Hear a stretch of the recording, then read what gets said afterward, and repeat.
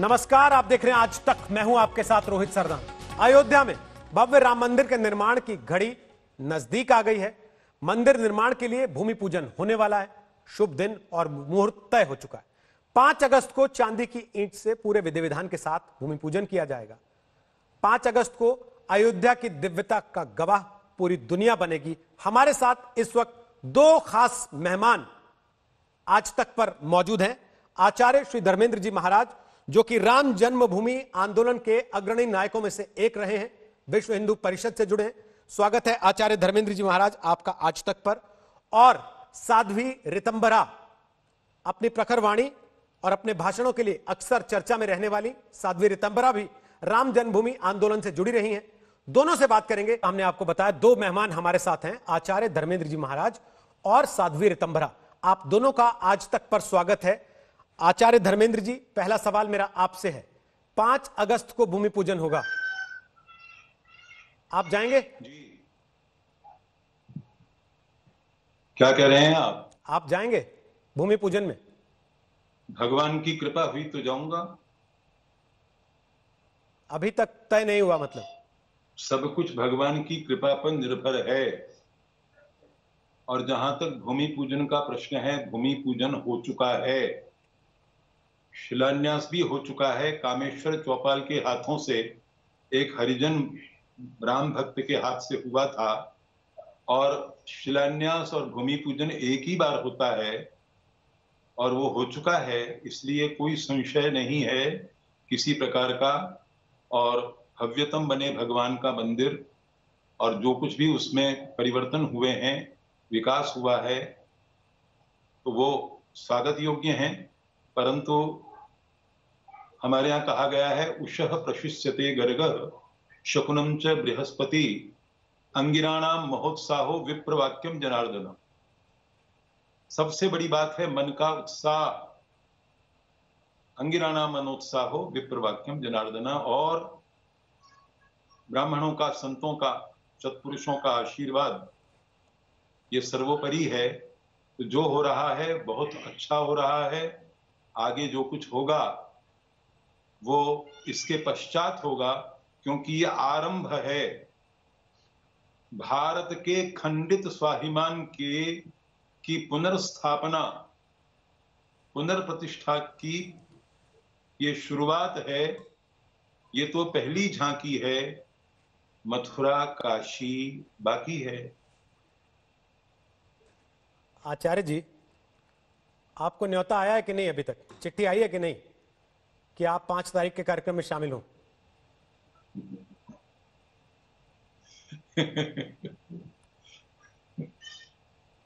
हम हंस दिए, हम चुप रहे, मंजूर था पर्दा तेरा। ठीक, मैं समझ गया। मैं इस पे आगे सवाल नहीं पूछूंगा आपसे। पूछूंगा आगे तो काशी मथुरा पर ही पूछूंगा, जिसको आपने छेड़ दिया है। लेकिन उसके पहले जरा साध्वी रितंबरा से एक सवाल ले लूं, क्योंकि साध्वी जी, मुझे बताया गया कि आप कार्यक्रम में जाने वाली हैं, न्योता भी आपको आ चुका है। लेकिन मुझे उस दिन की तस्वीर याद है जिस दिन फैसला आया था और आपकी आंखों में आंसू थे। और आज जब हम बात कर रहे हैं, उससे कुछ दिन पहले आप इसी मामले में अदालत में पेश होकर आई हैं, क्योंकि आपको आरोपी बनाया गया इस बात का कि जो ढांचा गिरने के जिम्मेदार लोग थे उसमें से एक आप भी थी। तो दोनों चीजों को मिलाकर भावना कैसी है? रोहित जी, सबसे पहले तो मैं आचार्य जी को प्रणाम करती हूँ। और जो भावनाएं हैं वो शब्दों से नहीं बता पाऊंगी, क्योंकि शब्द ब्रह्म होते हैं, पर ब्रह्म शब्दों की भी विवशता है। आनंद को व्यक्त नहीं कर पा रही हूँ। और आनंद बहुत है। संकल्प करने वाले जब सिद्धि के द्वार पर खड़े होते हैं तो उनका जो आनंद होता है, सुख होता है, प्रसन्नता होती है, उसको व्यक्त करना बहुत मुश्किल होता है। और ये इस प्रसन्नता और आनंद के पीछे कारण है रोहित जी, ये हम जैसे लोग तो गिलहरी जैसा छोटा मोटा योगदान देते रहे, पर भारत की संतानों ने अपनी जवानियां दी हैं और अपनी जिंदगियां, अपने जीवन न्यौछावर किए हैं। 491 वर्ष लगातार ये जो यात्रा चली, संघर्ष यात्रा, आज वो जिस रूप में परिणित हुई है, वो निश्चित रूप से विध्वंसों के बीच में जो पुनर्निर्माण हो रहा है, ये हमारे भारत की सनातन प्रवाह का परिचायक है। और जैसे आचार्य जी ने कहा कि इससे बड़ा सुख और आनंद हो ही नहीं सकता कि ये भारत के स्वाभिमान की पुनः प्रतिस्थापना का प्रारंभ है रोहित जी। इसीलिए बहुत आनंद है, बहुत गहरा आनंद। लेकिन साध्वी जी, बहुत सारे संत ऐसे हैं जो मुहूर्त पर सवाल उठा रहे हैं। वो कह रहे हैं कि ये शुभ समय है ही नहीं, तो फिर इस समय मुहूर्त राजनीतिक तौर पर क्यों किया जा रहा है? क्या आपको लगता है ऐसा? मुझे नहीं लगता। मुझे असल में उस तरह सोचने की फुर्सत ही नहीं है। मुझे लगता है कि बस जो होने जा रहा है वो बहुत अद्भुत होने जा रहा है और शुभ को तो शीघ्र होना ही चाहिए। मैंने सुना है कि कुछ सेकंडों का शुभ मुहूर्त है, उसी में कार्य हो जाएगा। बस अभी और कुछ सोचने का समय नहीं है। अब तो उस घड़ी को अनुभव करने का, उसकी प्रतीक्षा करने का समय है। मेरे चित्त की दशा तो ऐसी है रोहित जी। आचार्य जी, आपका क्या कहना है इस पर? जी। क्योंकि कुछ साधु संत कह रहे हैं कि यह शुभ मुहूर्त नहीं है, यह नहीं करना चाहिए अभी। मैं कह चुका हूं कि शिलान्यास पहले हो चुका है।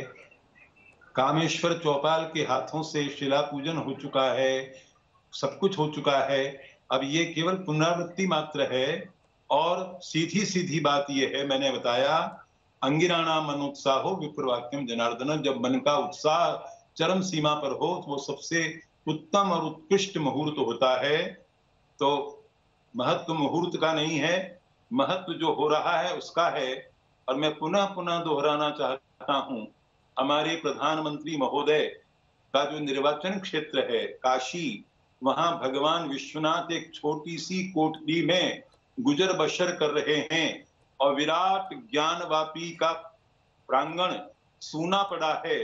वहां भगवान विश्वनाथ का दिव्य देवालय बनना चाहिए। और मथुरा में भी श्री कृष्ण जन्म स्थान पर भगवान श्री कृष्ण के गौरव के अनुरूप वहां भी दिव्य देवालय का निर्माण होना चाहिए। ये शुरुआत है, बहुत कुछ करना है। सबसे बड़ी बात यह है कि जगत जननी भारत माता की खंडित प्रतिमा की पुनर्प्रतिष्ठापना, और उसके लिए स्पष्ट शब्दों में, जिसके लिए मैं बदनाम हूं, पाकिस्तान को खाकिस्तान में भेज करके अब फिर से भारत माता को अखंडिता बनाया जाए, ये सबसे प्रमुख और सर्वोपरि एजेंडा है और उसी पर सबका ध्यान केंद्रित होना चाहिए। ये उसकी शुरुआत है, लेकिन आचार्य धर्मेंद्र ये जी, उसका प्रारंभ है। जो आप कह रहे हैं सरकार के एजेंडा में तो वो चीजें नहीं लगती हैं। है जी? आप जो बात कह रहे हैं वो बातें सरकार के एजेंडा में नहीं लगती हैं। अब क्या लगता है क्या नहीं लगता है, लेकिन भगवान का विधान भी तो होता है ना। भगवान ने जो तय कर रखा है, ये कोरोना कोरोना कोरोना का जो रोना है, ये केवल मांसाहारी सर्वभक्षी पिशाचों के पापों का फल है।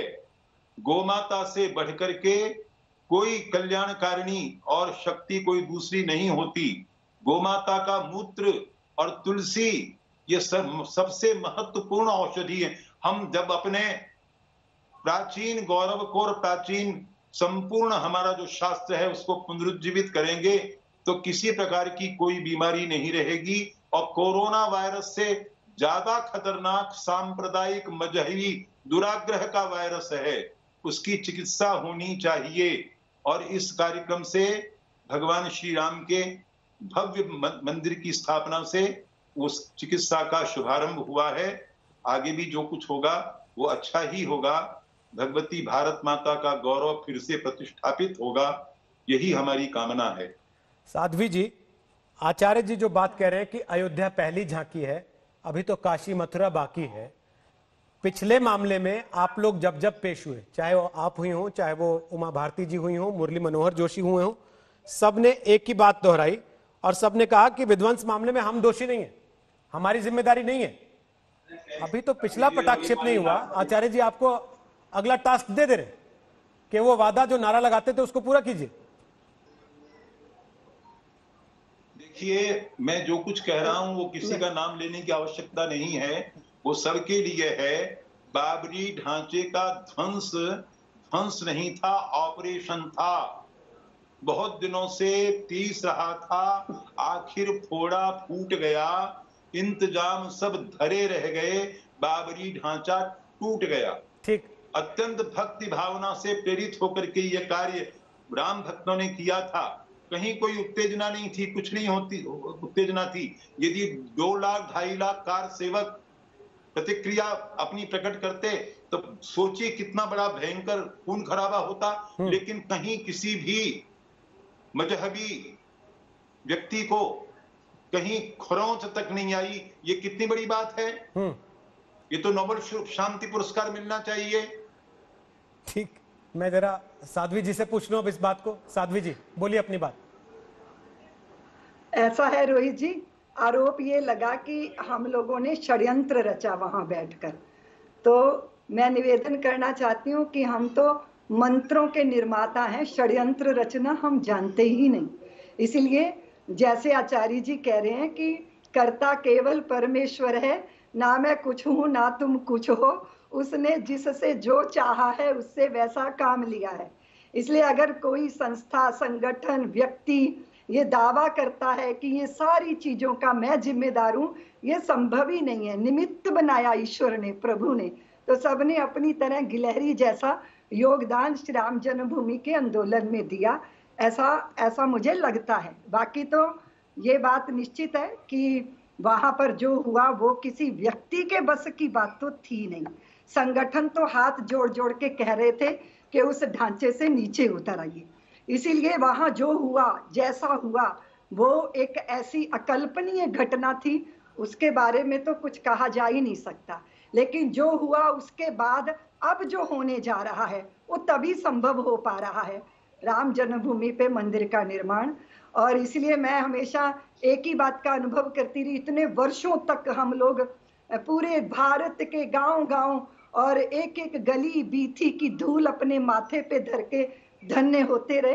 तो हमारा ये सौभाग्य है कि प्रभु ने हम लोगों को चुना और हमने किंचित मात्र उस आंदोलन में अपनी सेवा समर्पित कर पाए।